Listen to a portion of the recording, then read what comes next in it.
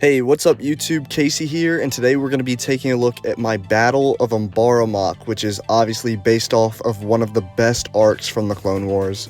Now, this is the second in a series that I'm doing right now of a bunch of different Clone Wars builds, and I really wanted to make this one just to display all the different 501st figures that I have. And you can see that there's a lot of them, and they're kind of the main focus of this build. I have them posted up on the big walkway that they walk down when they're marching to the Umbaran base.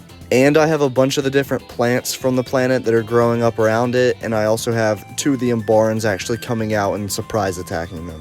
The ground around the walkway isn't very interesting, it's just made out of some black plates, but I think it does a good job of representing the terrain. And I also have a few spiky little pieces just to kind of give it that more rough and overgrown feel. Some of my favorite parts of this build though are the plants. I really like how I use this Power Miner's crystal as one of the red plants. And I'm really happy with the purple plant. I like how I used all these hinge pieces to kind of be able to connect all these 1x2s together and give it this really nice kind of curved feeling, but while still using flat plates. And I just really like how the translucent colors on these plants just really pop ahead of the black.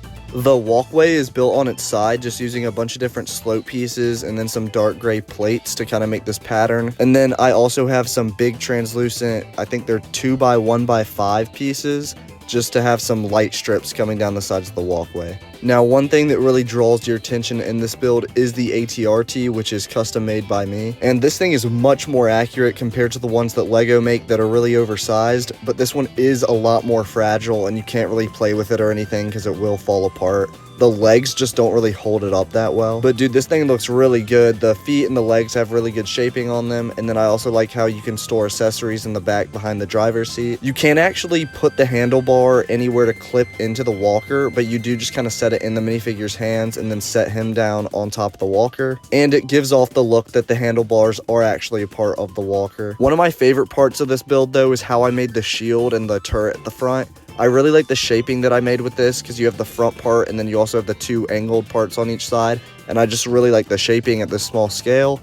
And then the turret also looks really good. And if you saw my last video where I built 3 different clone bases, then you know that this walker is definitely better than the one I made last time. But yeah, that's about it for this video. If you are a fan of the channel and have been watching for a while, then this MOC might look a little familiar. And that's probably because I've made a build for Umbara before about a year ago, but that one was a lot bigger and it was way too big and didn't look as clean as this one does, I think. And the smaller model just really fits the walkway and the whole setup I have going on a lot better. But anyways, next I'll be building Seleucami, so make sure you stay tuned for that in the coming weeks. And don't forget that Christ is King, and may the Force be with you.